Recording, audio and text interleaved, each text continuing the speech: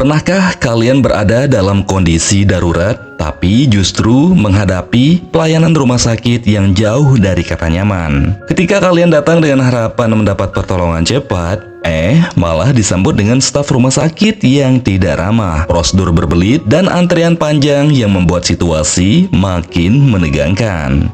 Kondisi ini sama persis seperti yang dialami seorang pria bernama Ray Monroe. Bersama istrinya, dia membawa anaknya yang terluka parah ke sebuah rumah sakit akibat insiden beberapa waktu sebelumnya. Meskipun pada akhirnya anaknya Ray dibawa ke ruangan perawatan, namun tahu nggak guys, istri dan anaknya Ray tiba-tiba malah hilang di rumah sakit tersebut. Loh, kok bisa? Sebenarnya apa sih yang terjadi?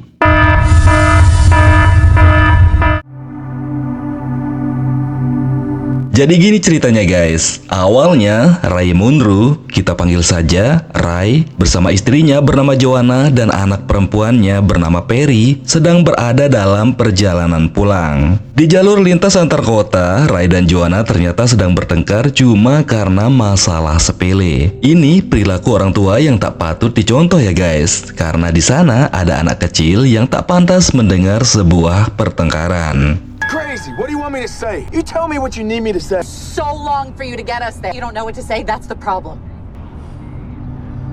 Dalam perjalanan tersebut, Perry mengeluh kebelet ingin pipis. Dia minta pada ayahnya berhenti dulu jika ada rest area. Kalau ada minimarket, sekalian beliin aku baterai baru ya buat alat pemutar laguku, pinta Perry pada ayahnya.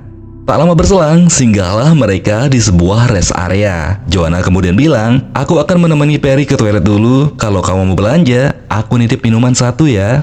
Masuklah Ray ke minimarket membeli beberapa makanan dan minuman termasuk juga baterai. Tapi karena uang cash yang dibawa Ray terbatas dan si kasir nggak nerima pembayaran kartu kredit, maka Ray batalin tuh buat beli baterai dan lebih memilih beli 2 minuman. Dan saat Joanna nanya kenapa nggak jadi beli baterai, dengan santai Ray menjawab nggak ada jual baterai di sana. Walah, lebih doyan minum dibanding nyenengin anaknya ya si Ray ini. Saat mau berangkat, si Perry tiba-tiba heboh karena kehilangan cerminnya. Dia menduga cerminnya kayaknya ketinggalan di toilet. Ray dan Joanna pun membagi tugas. Joanna pergi ke toilet, sedangkan Ray memeriksa kursi tengah buat mencari cerminnya Perry. Tapi karena terlalu ceroboh, Ray nggak sengaja menumpahkan minuman di gelas, sehingga dia pun lebih fokus bersih-bersih dibandingkan memperhatikan anaknya.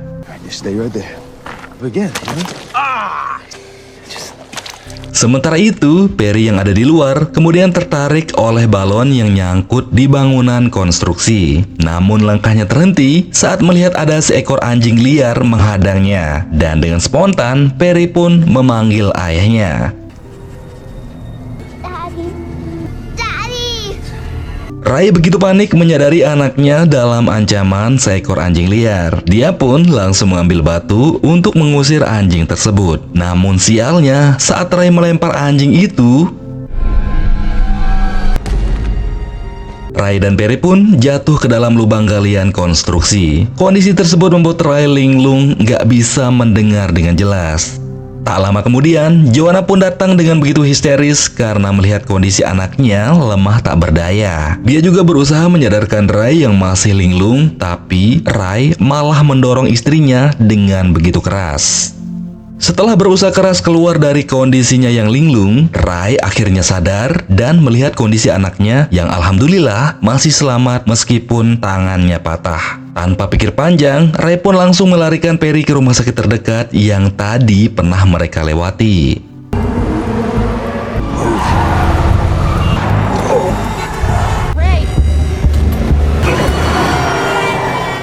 Setibanya di rumah sakit, Ray langsung ke resepsionis minta pada pihak rumah sakit memberikan pertolongan darurat buat anaknya yang terluka parah. Namun alih-alih langsung dilayani, ibu resepsionis justru menyuruh Ray ambil antrian dulu dan menunggu giliran. Ambil antrian dulu pak, tunggu nanti pas gilirannya kita akan panggil, ucap ibu resepsionis. Anehnya guys, si Ray manut aja pada ibu resepsionis, padahal anaknya sudah mengerang kesakitan. Tapi karena didesak terus oleh Joanna, tak lama kemudian Ray kembali ke resepsionis untuk bertanya, bagaimana ini bu? Anak saya sudah kesakitan, harus segera ditangani.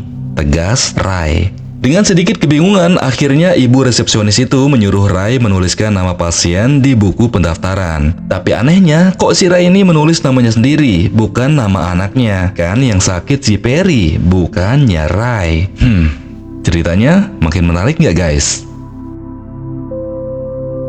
Tak lama kemudian, proses pun berlanjut. Kini si Rai bersama keluarganya menjalani pemeriksaan administrasi. Perawat bernama Mbak Lulu menanyakan data identitasnya Rai. Tapi ada keanehan di sini guys. Mbak Lulu kok malah nanya data pribadinya Rai, bukannya mencatat identitas Perry sebagai calon pasien. Dia juga nanya hal aneh yang lebih parah, yakni apakah Rai dan keluarganya bersedia mendonorkan organ tubuhnya. Spontan si Joanna pun menjawab tentu saja tidak. Mbak Lulu kemudian bertanya tentang istri pertama Rai bernama Abby yang telah meninggal dunia. Oh iya, sedikit informasi ya guys. Ternyata Rai pernah punya istri pertama bernama Abby sebelum menikah dengan Joanna. Tapi karena insiden kecelakaan, Abby saat itu meninggal dunia. Atas dasar inilah Mbak Lulu rupanya menemukan catatan jaminan kesehatan Rai masih terpaut dengan istri pertamanya, yang saat itu masih menjadi tanggungan Rai dan belum dibayarkan. Oleh karena itu Mbak Lulu bilang kalau Rai nggak bisa lagi menggunakan jaminan kesehatannya. Tapi dengan santai, Rai pun menjawab,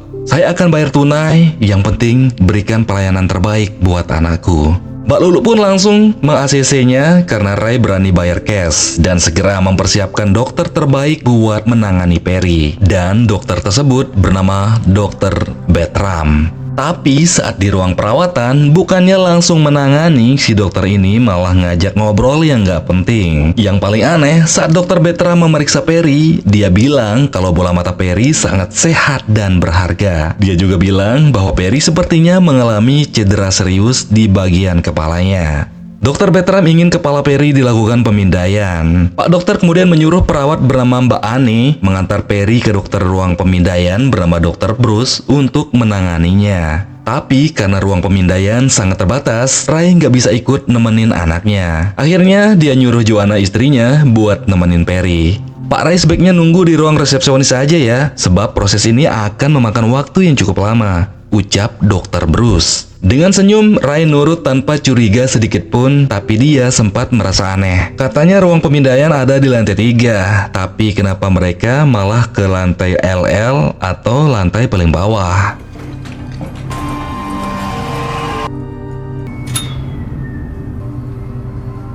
Beberapa jam kemudian, ketika hari telah sore, Rai terbangun di ruang depan, tapi belum melihat istri dan anaknya keluar dari ruang pemindaian. Dia kemudian masuk ke toilet buat menyegarkan diri, dan di sana terlihat ada Hansaplast menutupi luka di kepalanya Rai. Padahal sebelumnya nggak ada ya guys.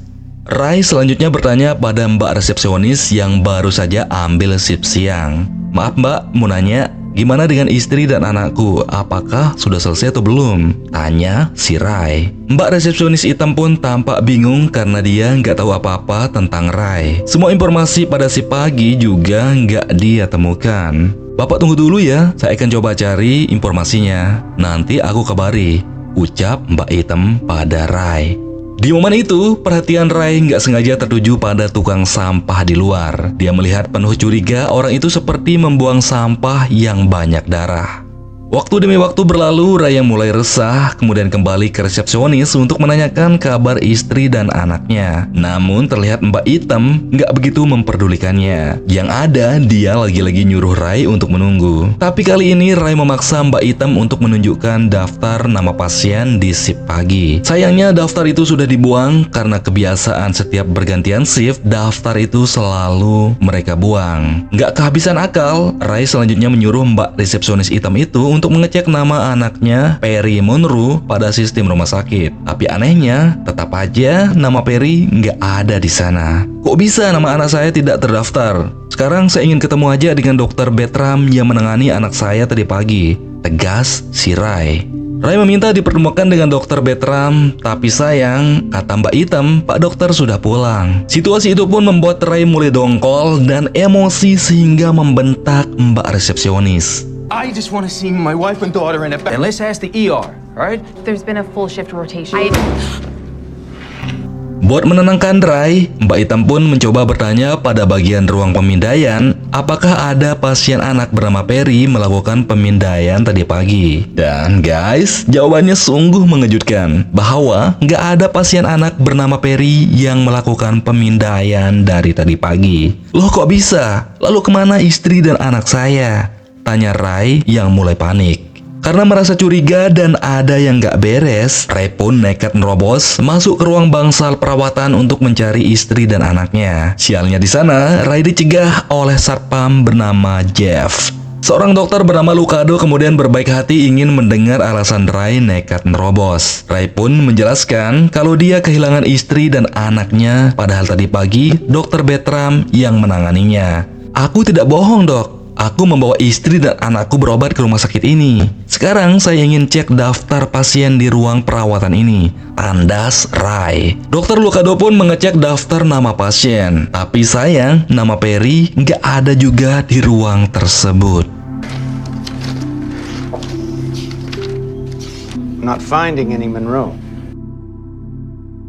Ray yang mulai pusing kemudian melihat aneh perawat yang mengantar anaknya tadi pagi. Ia kemudian meminta Dokter Lucado untuk menanyakannya. Namun, jawaban mengejutkan datang dari aneh. Yang mana dia membenarkan Ray datang tadi pagi. Tapi cuma sendirian, gak bersama Joanna dan Perry. Aneh menambahkan bahwa Ray datang untuk berobat karena cedera di kepalanya setelah mengalami kecelakaan. Mendengar itu, Ray pun langsung emosi karena merasa dibohongi. Dia sempat membuat kericuhan meskipun akhirnya Ray disuntik obat bius dan diamankan oleh Jeff di sebuah ruangan. Dalam keadaan linglung, Ray berusaha mencari obat-obatan yang bisa memulihkan keadaannya. Sampai akhirnya dia menemukan dan menyuntikkan obat adrenalin pada tubuhnya.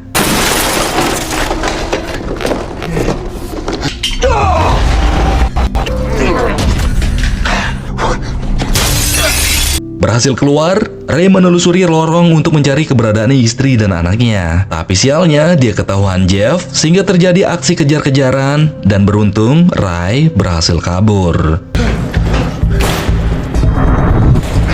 Get out of the way! Get out of the way! You got away. Ray sangat terpukul, nggak nyangka kehilangan istri dan anaknya di rumah sakit tersebut. Dia curiga pihak rumah sakit melakukan kejahatan karena menyembunyikan Joanna dan Perry. Ray kemudian mencegat polisi untuk meminta bantuan menyelidiki kejanggalan tersebut. Sebelumnya dia menjelaskan kepada dua polisi bernama Childes dan Griggs bahwa dirinya kehilangan istri dan anaknya. Namun pihak rumah sakit tidak percaya dengannya. Kedua polisi itu pun percaya dan bersedia membantu karena Ray meyakinkan mereka dengan menunjukkan foto Joanna dan Perry.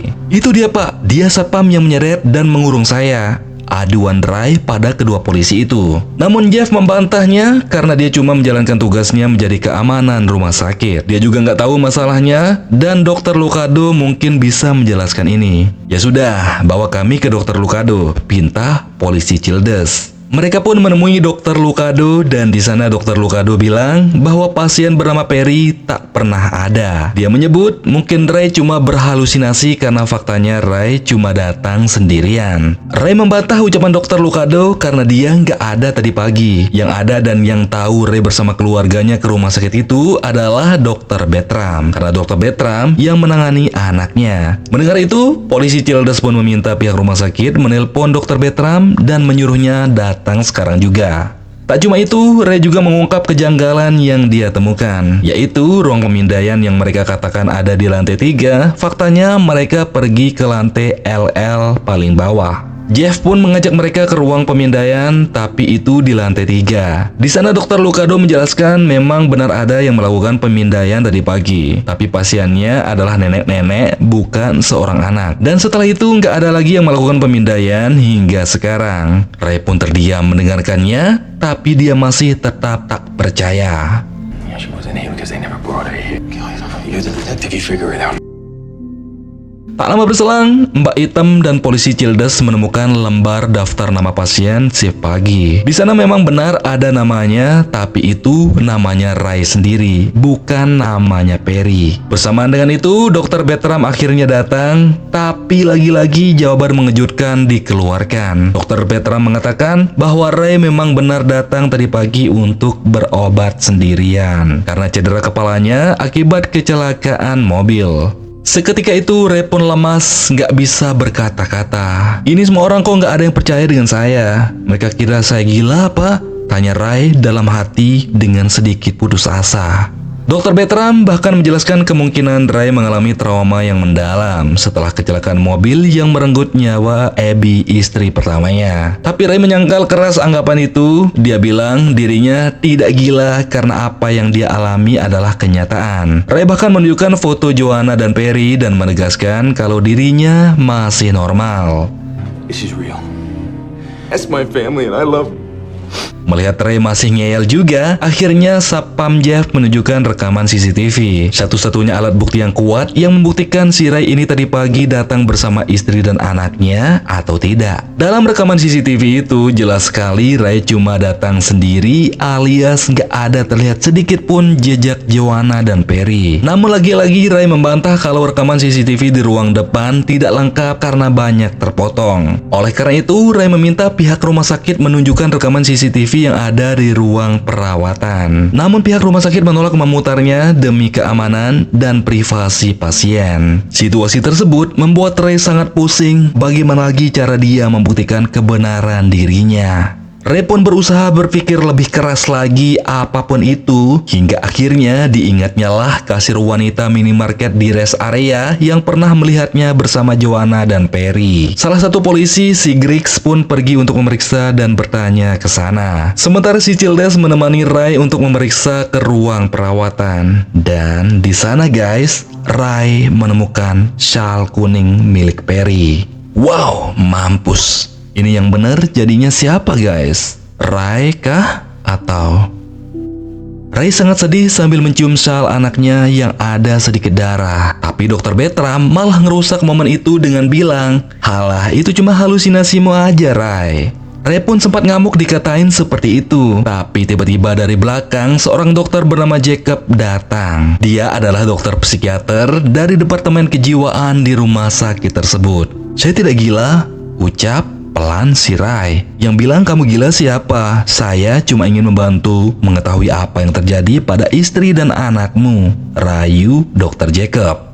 Ray pun akhirnya diajak ngobrol di sebuah ruangan privasi. Tapi anehnya Dr. Jacob bukannya membahas Joanna dan Perry, dia justru membahas tentang Abby, istri pertamanya Ray. "Loh, ini nggak ada hubungannya dengan Abby, dok," tegas Ray. Tapi Dr. Jacob tetap saja menanyakan tentang Abby karena menurutnya Ray masih terperangkap oleh trauma mendalam insiden kecelakaan mobil yang menewaskan Abby, istri pertamanya. Benar saja, seketika itu Ray langsung teringat kejadian mengerikan tersebut. Abby meninggal di tempat karena kelalaian Ray yang saat itu sering mabuk-mabukan. Perilaku buruk Ray tersebut dicurigai oleh Dr. Jacob sepertinya ada kaitannya dengan kehilangan Joanna dan Perry. Untuk itu Dr. Jacob minta Ray terus terang aja kasih tahu di mana Joanna dan Perry sekarang. Ucapan Dr. Jacob seperti itu malah membuat Ray tambah pusing dan kebingungan. Namun dia sepakat ketika Dr. Jacob mengajaknya pergi ke rest area untuk memeriksa lokasi konstruksi tempat Perry jatuh. Singkat waktu tibalah mereka di lokasi dibantu juga beberapa polisi anjing pelacak. Bermodalkan syal kuning milik Perry, anjing pelacak mulai bekerja hingga ke dalam lubang galian konstruksi dan di bawah sana mereka pertama kali menemukan cermin kecil miliknya Perry. "Itu cermin anakku, mungkin terlempar dari saku jaketnya saat terjatuh," ungkap Ray. Setelah itu petugas menemukan bercak darah kering yang sangat banyak. Dan kali ini Ray bilang kalau itu adalah darah kepalanya. "Bohong kau Ray."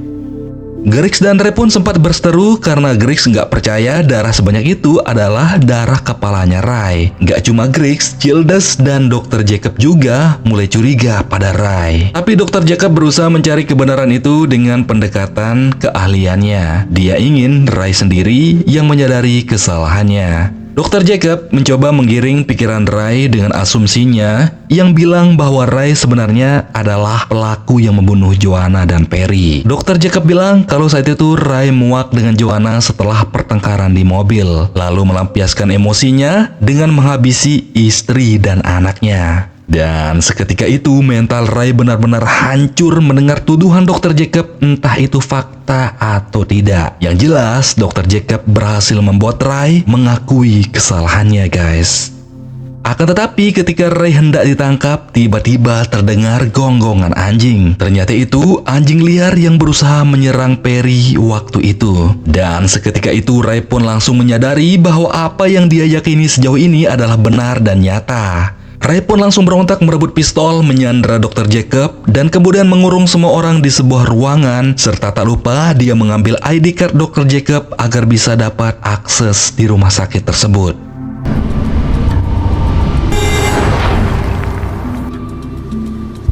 Ray selanjutnya kembali ke rumah sakit untuk mencari istri dan anaknya. Dia mengambil bunga untuk menutupi penyamarannya, tapi dia langsung bersembunyi ke dinding saat ada perawat aneh lewat. Di depannya ternyata itu ruang bayi yang kemudian itu mengingatkan dirinya tentang Abby, istrinya yang ternyata saat itu meninggal dalam keadaan hamil.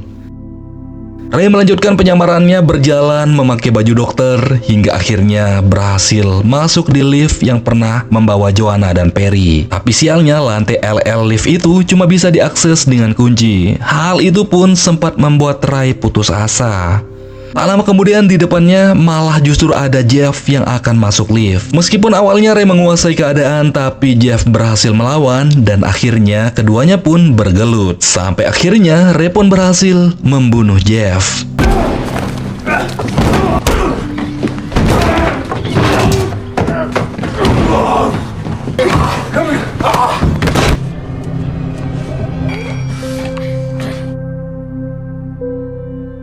Setelah di lantai LL, Ray kemudian melihat dua dokter baru keluar membawa box bertulis organ manusia. Hal itu pun membuat Ray semakin khawatir pada istri dan anaknya.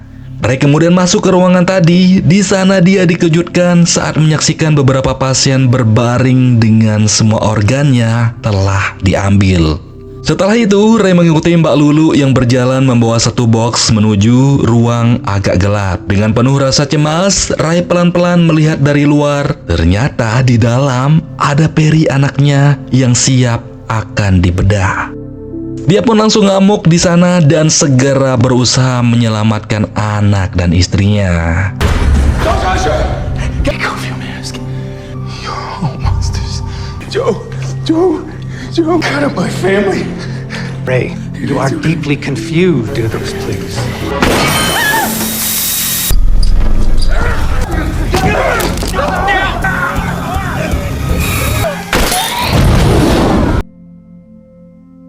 Selanjutnya ketika Ray akan membawa Joanna dan Perry pergi, tiba-tiba mereka dihadang oleh Dr. Bruce. Tapi Ray nggak mau ambil pusing, sehingga dia langsung menjedor kakinya. You gotta listen to me. Hey, you remember me? Yeah. I did it. We're nearly there. Here you go. Stay warm. Ray akhirnya berhasil menyelamatkan Joanna istrinya dan Perry anaknya dan siap membawa mereka pulang ke rumah. Tapi bentar dulu guys, ternyata sejauh ini kita diprank oleh Ray. Ternyata Ray itu pembohong, Ray itu gila, Ray itu berhalusinasi guys. Yang benar itu adalah pihak rumah sakit. Gak ada yang aneh dengan semua dokter dan staf rumah sakit tersebut. Semuanya memang bekerja dengan akal sehat sesuai dengan fakta yang terjadi. Anjir, si Ray ini aja yang sudah gendeng guys. Lihat aja, kini terungkap di akhir yang dia selamatkan itu ternyata adalah pasien lain yang sekarat, bukanlah Perry anaknya. Perry sebenarnya sudah langsung meninggal di tempat saat terjatuh di galian konstruksi itu guys. Sedangkan Joanna istrinya juga telah meninggal mengenaskan. Itu disebabkan oleh Ray yang mendorongnya sangat keras waktu itu. Dan kedua jasad istri dan anaknya itu ternyata Ray taruh di bagasi belakang mobilnya. Lalu pertanyaannya, kok bisa Ray nggak ingat apa yang sudah terjadi?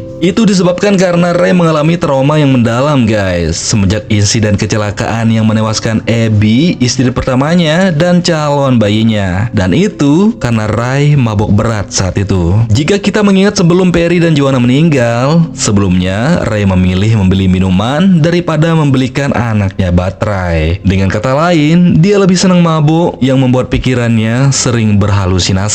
Trauma mendalam serta halusinasi inilah yang membuat Ray selalu berpikir dan menganggap kalau keluarga yang dia sayangi masih hidup bersamanya. Padahal dia sendirilah yang membuat mereka hilang untuk selamanya.